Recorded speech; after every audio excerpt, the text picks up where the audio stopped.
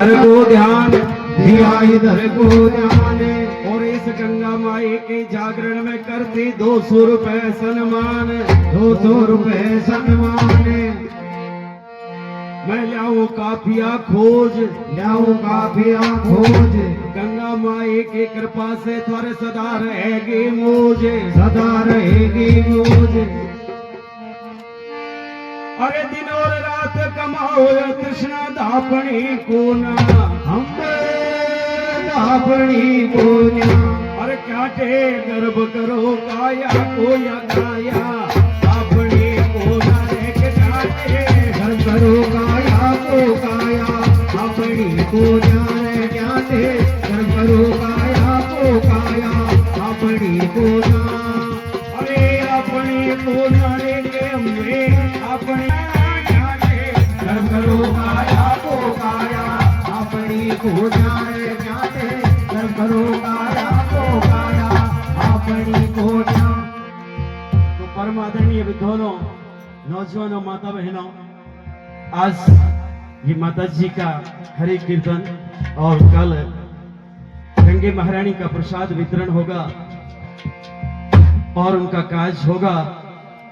तो सर्वप्रथम इस मां गंगे महारानी के भजन से सत्संग का शुभारंभ।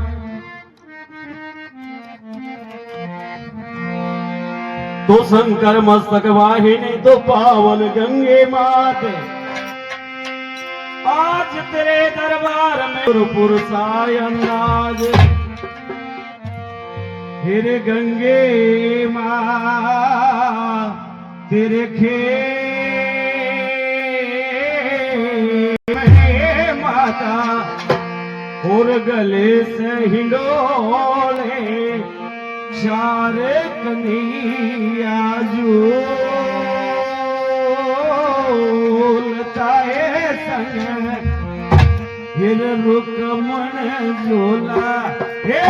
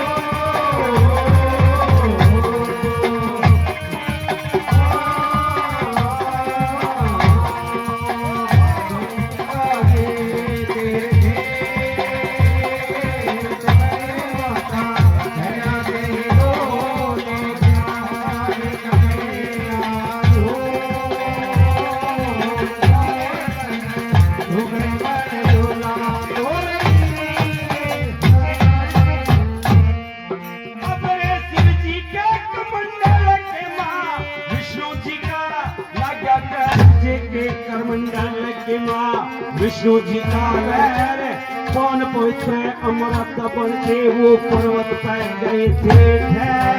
भागीरथ ने कब केला क्या वो खोज के आया कान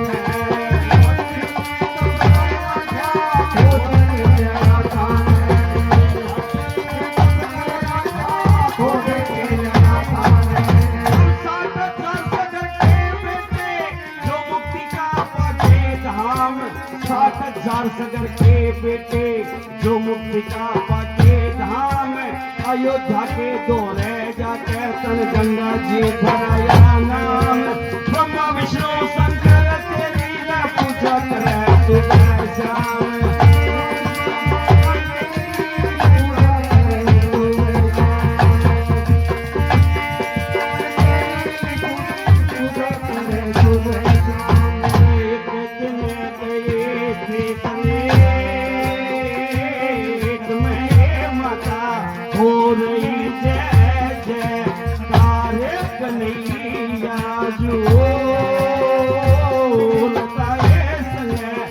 कमल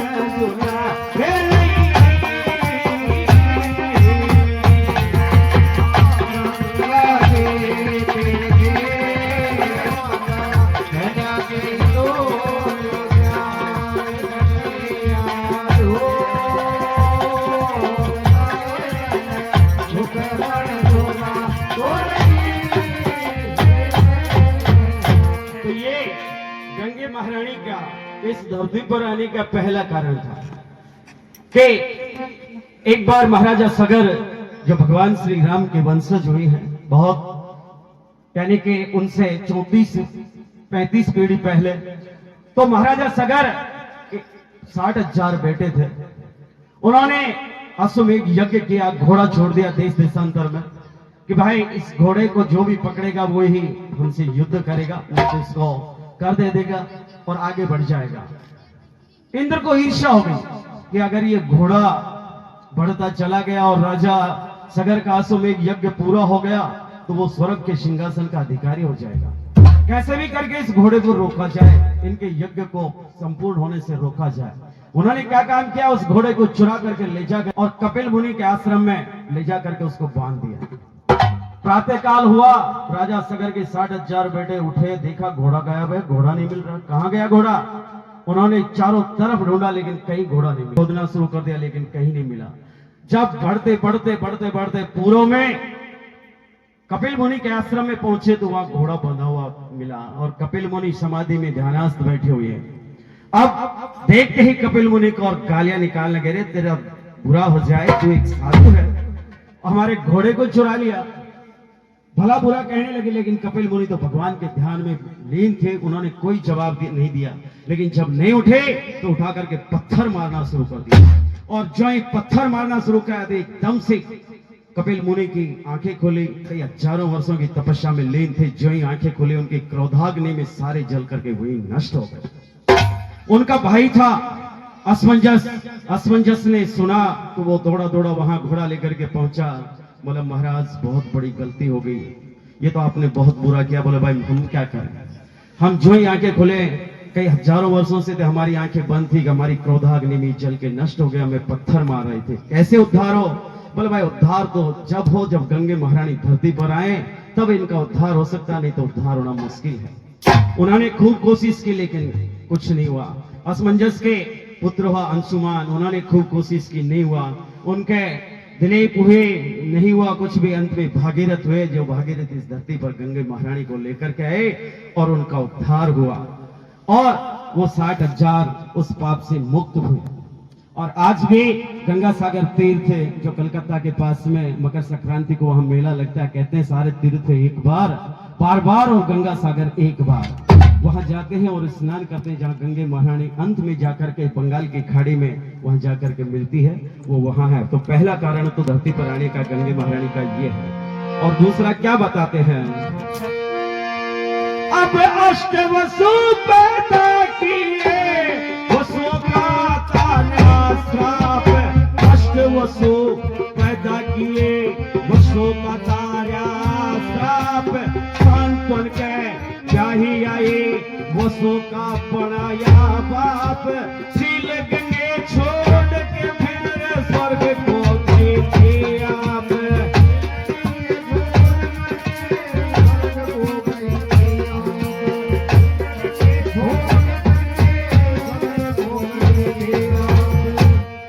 अब 3 चरण तेरे मुख में रह गए, एक चरण धर के आई, 900 मील इस पृथ्वी पर अमृत रूप बन के छाए, ऋग यजुः साम अथर्व गुण बढ़ाए गए।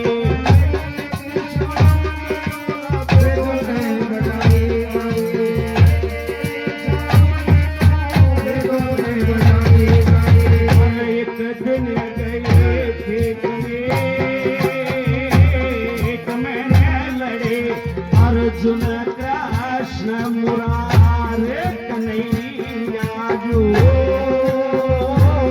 लताए संग बुद्ध मन झूला हे नहीं।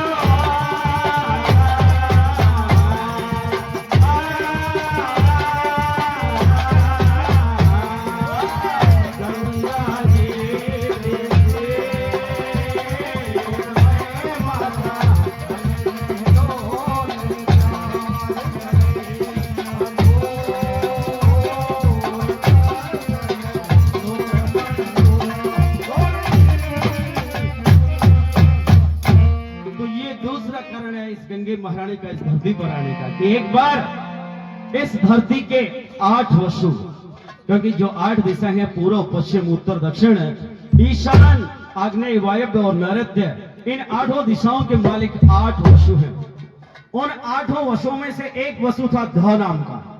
उस ध्व ने एक बार सारे 7 वसुओं को बुलाया, बोला रे सुनो क्या है भाई, बोला सुनो वशिष्ठ जी महाराज है ना, वशिष्ठ जी महाराज के पास कामधेनु गाय की बेटी है नंदिनी, और उस नंदिनी गाय को अपन चुरा लाएंगे। उसको चुरा लाएंगे ना तो सारे काम अपने आप हो जाएंगे हमारे, कहीं डोलने की कहीं जाने की जरूरत नहीं है, वो सारे काम अपने आप कर देती है। बोला भाई ये तो कोई अच्छा काम नहीं है यार, कोई अच्छी बात बता यार, चोरी का काम बता रहा। कहते ना कि करना हो तो शुभ कर्म करो, चोरी का करना ठीक नहीं, कि करना है तो कोई अच्छे काम करो, चोरी का करना ये भी कोई अच्छी बात है क्या। लेकिन जब दबाव बढ़ा दिया, जोर लगाया कि नहीं यार मैं चल रहा हूं ना तुम्हारे साथ में, तुम तो सब मेरे पीछे पीछे चला, मेरा साथ दे देना, बस चोर तो मैं ले आऊंगा, गाय को भी मैं खोल ले आऊंगा। तो कहते हैं चोरा गले लागे साजी बिन साजी का चोर नहीं। तो सारे साथ हो गए, ठीक है भाई अगर तू तैयार है तो हम चलेंगे तेरे साथ में। चले गए और गाय बन रही थी नंदिनी, नंदिनी गाय को जो खोलकर चलने लगे तो गाय ने अपना रूप प्रकट किया। जो ही रूप प्रकट किया ऋषि को तुरंत पता पड़ गया गाय पे कोई संकट है। निकल के कुटिया से बाहर आए, देखा तो वसु गाय को खोल करके ले जा रहे हैं, चुरा करके ले जा रहे हैं। देखते ही ऋषि को सारे पकड़ने लग गए। जो ही पकड़ने लगे पीछे से ऋषि ने श्राप दिया है, जाओ दुष्टो, अरे देवता होकर के नीच कर्म कर रहे हो, गाय को चुरा करके ले जा रहे हो, चोरी कर रहे हो, जाओ तुम्हें श्राप देता हूं, तुम्हें मृत्युलोक में जन्म धारण करना पड़ेगा। और मृत्युलोक का नाम लेते ही आकर के ऋषि के चरणों में गिर गए, महाराज क्षमा करें महाराज, बहुत बड़ी गलती होगी महाराज। साथ कहने लगे महाराज हमारी तो कोई गलती नहीं, हमें तो ये बहका करके लिया महाराज, इसके बहकावे में आ गए महाराज, हमारी तो कोई गलती नहीं, हम तो खोल के भी नहीं ले जा रहे थे, ये खोल के ले जा रहा था।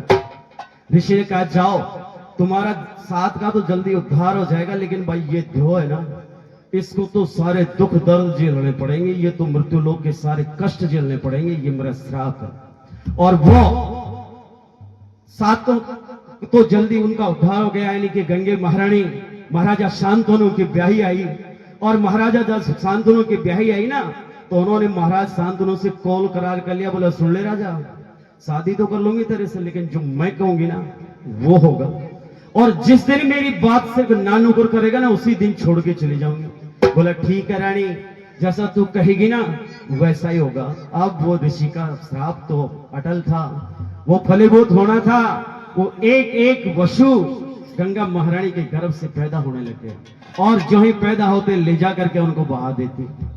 7 को बहा दिया, 7 का उद्धार हो गया, लेकिन 8वें को तो रुकना था ना। यही जब 8वां पैदा हुआ तो सारे नौकर चाकर मंत्रियों ने राजा के कान बढ़ने शुरू कर दिए, महाराज कहां एक औरत की बात में आ गए महाराज, अरे 7 बेटे खो दिए महाराज, घर की फौज खड़ी हो जाती है अब तक, तो कहां एक औरत के चक्करों में आकर के 7 बेटे खो दिए। राजा को भी अफसोस हुआ यार, वास्तव में 7 बेटे खो दिए एक औरत के चक्कर में आकर के पढ़ने, अगर रानी की बात नहीं मानते तो 7 बेटे होते।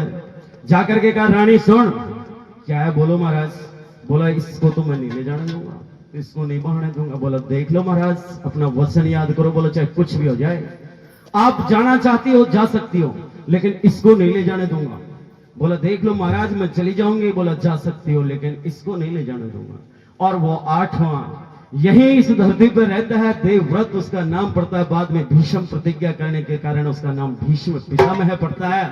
और सारे दुख दर्द इस धरती पर झेले हैं, बेटे पोते पड़पोते सारे अपनी आंखों के सामने मरते हुए देखें, और 6 महीने तक मृत्यु सैया पर पड़ा रहा, बाणों की सैया पर पड़ा रहा, जब जाकर के तो वो 8 महीने सारे दुख दर्द। तो दूसरा कारण ये है, और एक दंड कथा भी हमारे कई मासी लोग भी गाते हैं। हाँ साहब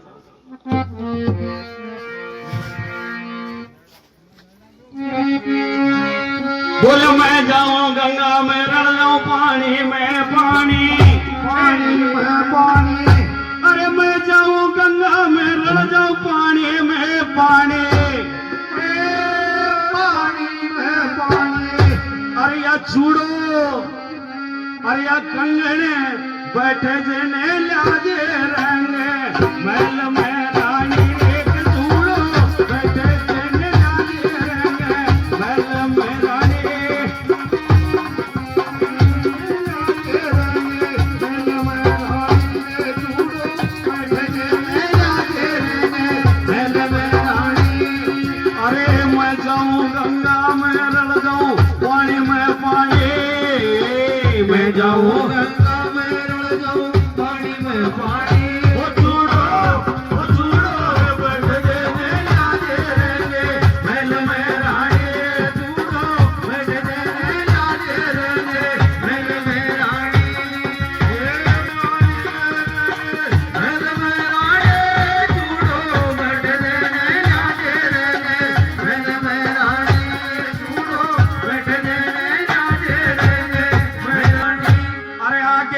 वो सही दिखती आई और वही कंगन पर आके राजा शांतनु एक दिन वो सत्यवती ने ब्याई ढूंढो बैठ देने राजे रेने वन में रानी रे ढूंढो बैठ देने राजे रेने वन में रानी ओए महल में रानी रखे अम्बे महल में रानी ढूंढो रे बैठ देने राजे रेने महल में रानी रे ढूंढो बैठ देने राजे रेने महल में रानी। तो ऐसे भी कई दृष्टांत गाते रहते हैं। अब तीसरा नंबर पर क्या बताया गया है?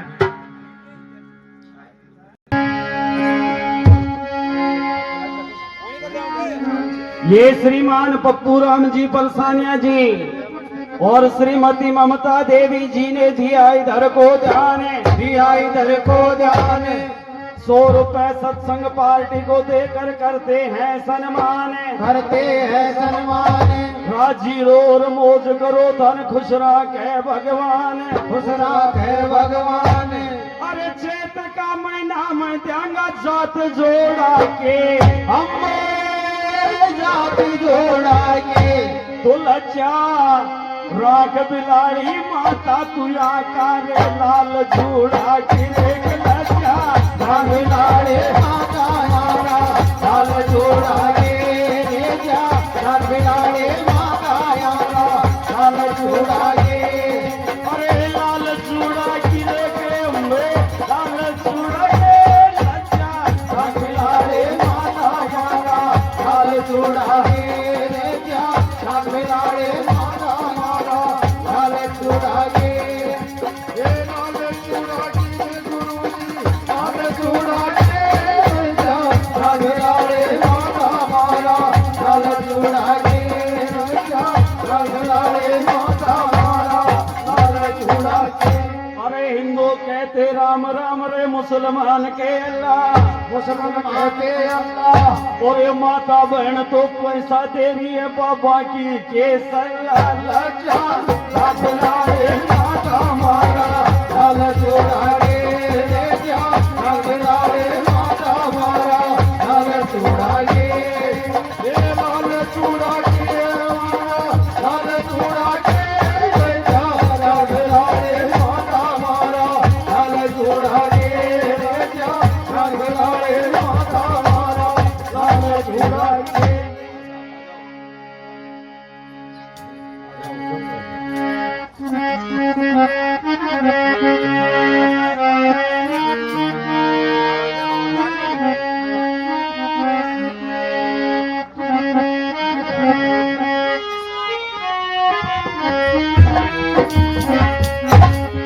अब गढ़मुक्तेश्वर इलाहाबाद ओरे कयाची पवित्र शहर गढ़मुक्तेश्वर इलाहाबाद ओरे कयाची पवित्र शहर कनखल और हरिद्वार में अमृत की बहती है लहर ऋषिकेश लक्ष्मण झूला रे मैया बड़े बड़े शहर।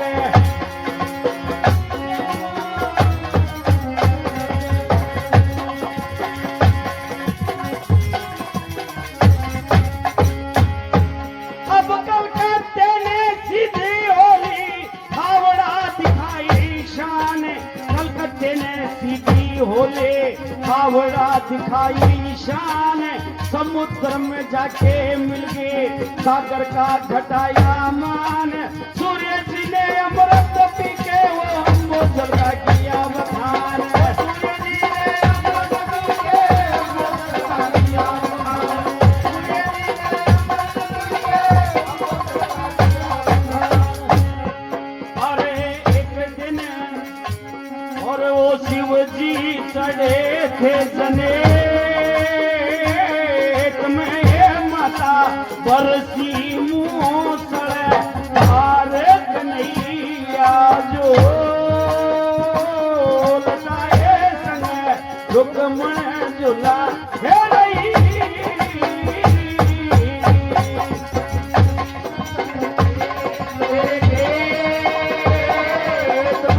माता चाहे सही डोले और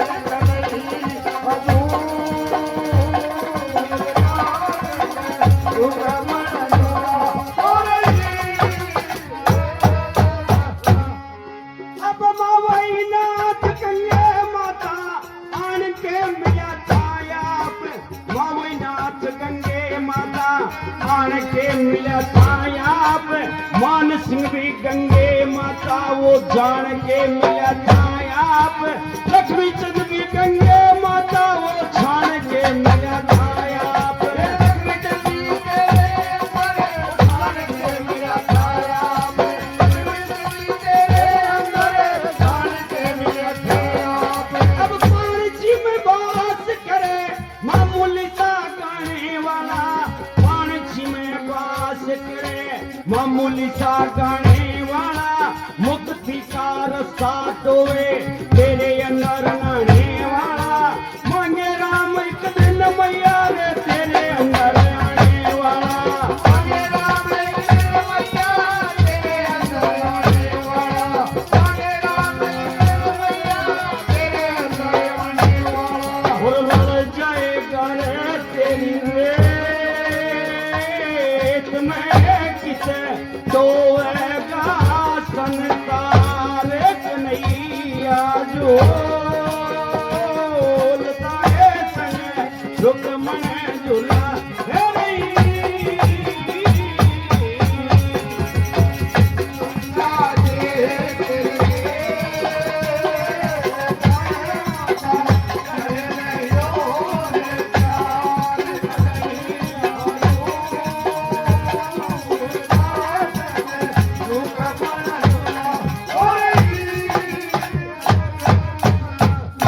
बोले गंगे महारानी की।